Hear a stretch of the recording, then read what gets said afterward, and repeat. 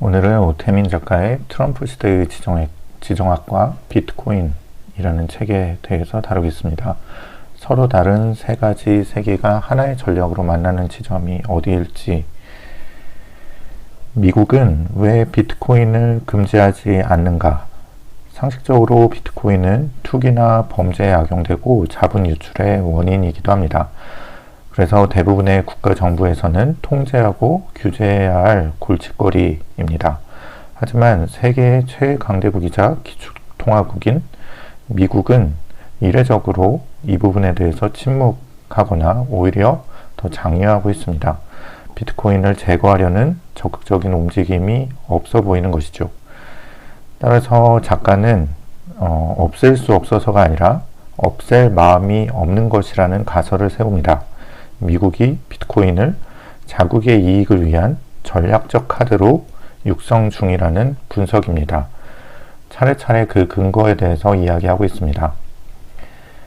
프랜시스 후쿠야마의 역사의 종언에서는 소련이 붕괴한 후에 자유민주주의와 시장경제가 최종적으로 승리해서 역사는 드디어 이제 휴일을 맞이했다 라는 것이 1990년대까지의 생각이었습니다. 세계는 평평하다라는 경제 논리가 지리의 어떤 지정학이나 이런 것들을 압도하게 되었던 것이죠. 하지만 현재는 러시아와 우크라이나 전쟁 등 지정학적 갈등이 다시 점화되었습니다. 국경의 의미가 부활되었고 지리적 운명이 국가의 전략을 지배하게 되었습니다. 세계는 더 이상 평평하지 않고 거칠게 충돌 중입니다. 하트랜드 이론이라는 것이 있습니다. 지정학의 이론인데 해퍼드 맥킨더의 명제를 보시면 동유럽 이 부분을 지배하는 자가 심장부 허트랜드를 지배하고 심장부를 지배하는 자가 세계를 지배한다 라는 것이 하트랜드 이론입니다. 우크라이나 전쟁은 이러한 측면에서 봤을 때 일종의 관문이 충돌하는 것이다. 중국의 1대1로의 서진 전략도 이 부분을 차지하기 위한 일종의 전략일 수 있겠다라는 것입니다. 이렇게 지정학적 불안정이 심화됨에 따라서 공급망의 불확실성 등등이 초래한 구조적 인플레이션이 생김으로 인해서 저금리 시대는 종말을 맞이하게 됩니다. 과거에는 팍스 아메리카나 미국이 세계의 경찰 역할을 해가면서 안정된 질서와 낮은 리스크, 저비용으로 저금리 시대를 쭉 이어져 왔었는데 현재는 지정학적인 대결과 갈등 구도가 계속해서 생기면서 분열과 분쟁, 불확실성, 이로 인한 고비용이 생기고 말았습니다. 미래의 비용 증가로 인한 구조적인 고금리, 고물가 시대에 진입하게 된 것입니다. 미국은 두 가지 자아를 가지고 있다고 합니다. 첫 번째가 이상주의적 사명감이고 두 번째는 냉혹한 현실주의입니다. 미국의 탄생이 영국이라는 제국주의를 극복하면서 생긴 국가이기 때문에 제국주의를 혐오하고 자유와 민주주의를 전파하려는 사명감을 가지고 있습니다. 도덕적인 우위를 중시하는 건국 초기의 정신이 이 이상주의적 사명감이라고 한다면 두 번째 자아인 유럽식 현실주의는 냉혹한 현실주의로 국익을 위해서는 냉혹한 선택도 불사합니다. 세력 균형을 위한 전략적 접근이라고 할 수 있겠습니다.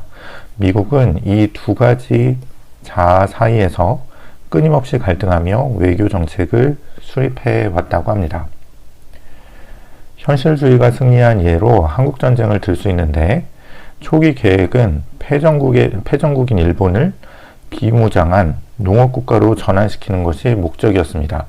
하지만 한국전쟁이 발발한 이후에 소련과 중국의 팽창을 목격한 후에 이러한 이상주의적 전략을 수정하게 되는데 일본을 아시아의 공장으로 다시 산업화하여서 공산주의의 방패로 육성시키는 것이다. 과거의 적을 전략적 파트너로 변모시켰습니다.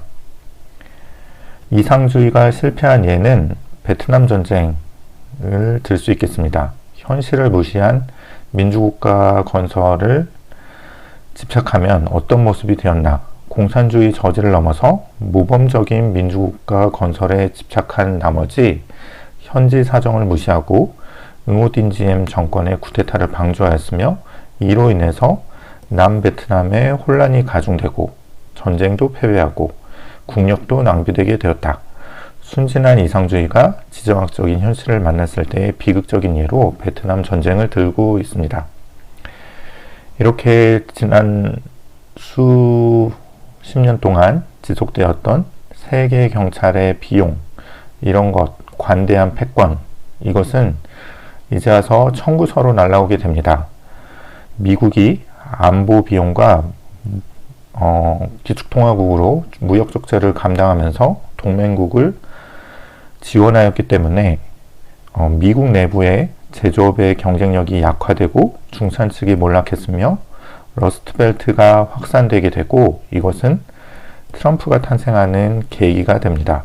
왜 우리의 희생으로 다른 나라들만 번영하는가 라고 분노하게 되었습니다. 트럼피즘은 거대한 방향의 전환을 뜻합니다. 나는 당신의 목소리다.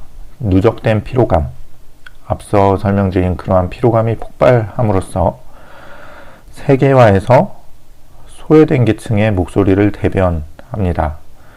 힐빌리의 노래라는 책을 보면 알 수 있죠.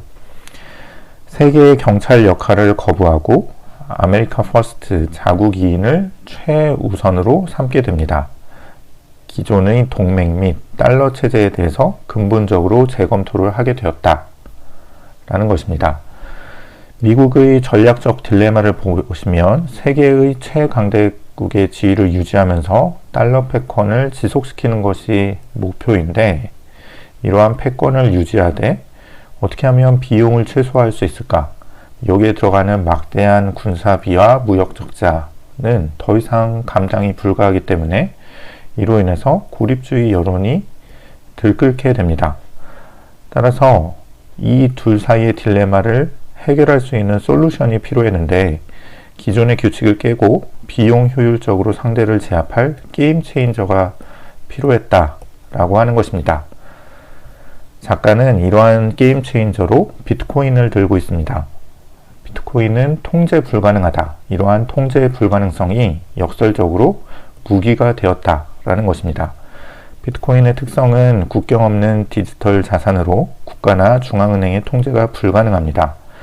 달러 시스템 밖의 자산이 적에게 더 치명적일 수 있다는 것이 미국의 셈법이라고 하면서 트럼프 1기 때는 비트코인에 대해서 굉장히 부정적이었는데 2기 때는 비트코인 산업을 선거 전략 전면에 배치합니다.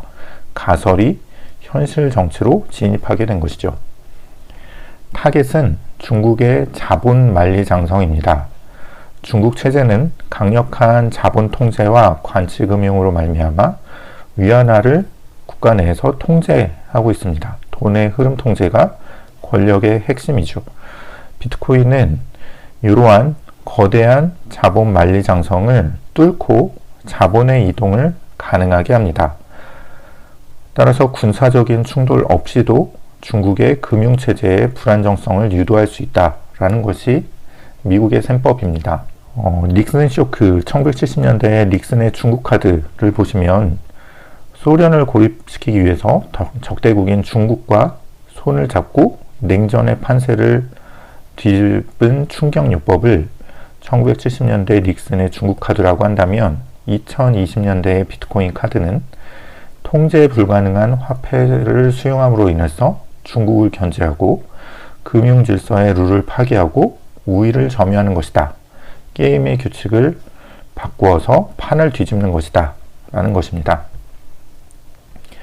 이로 인해서 금융적 비무장지대가 탄생하게 되는데 국가 간의 신뢰가 붕괴되고 화폐를 무기화시켜서 통제받지 않는 중립적 가치 저장 수타인 비트코인을 활용하게 됩니다. 그렇다면 국가의 화폐가 무기가 되는 시대, 통제받지 않는 화폐를 소유한다는 것은 국가 입장이 아니라 개인에게는 과연 어떤 의미일 수 있을까요? 이후에 에디톨로지에서 이 문제를 좀 더 깊게 다뤄보도록 하겠습니다. 오늘도 들어주셔서 고맙습니다.